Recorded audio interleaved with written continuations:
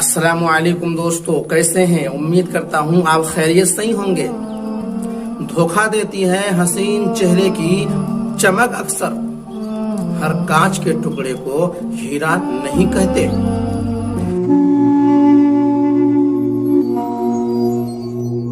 जान तक देने की बात करते हैं यहाँ के लोग, सच कहो तो दुआ तक दिल से नहीं देते।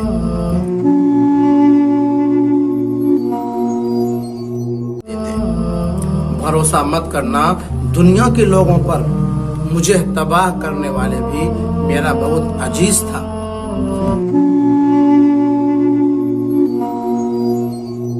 कभी सोचा नहीं था कि वो तन्हा छोड़ जाएगा, जो अक्सर परेशान देखकर कहा करता था मैं हूं ना।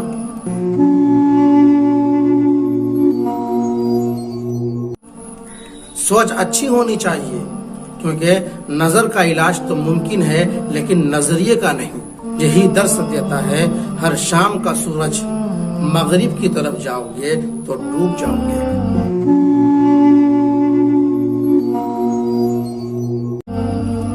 अल्लाह हाफिज़ दोस्तों।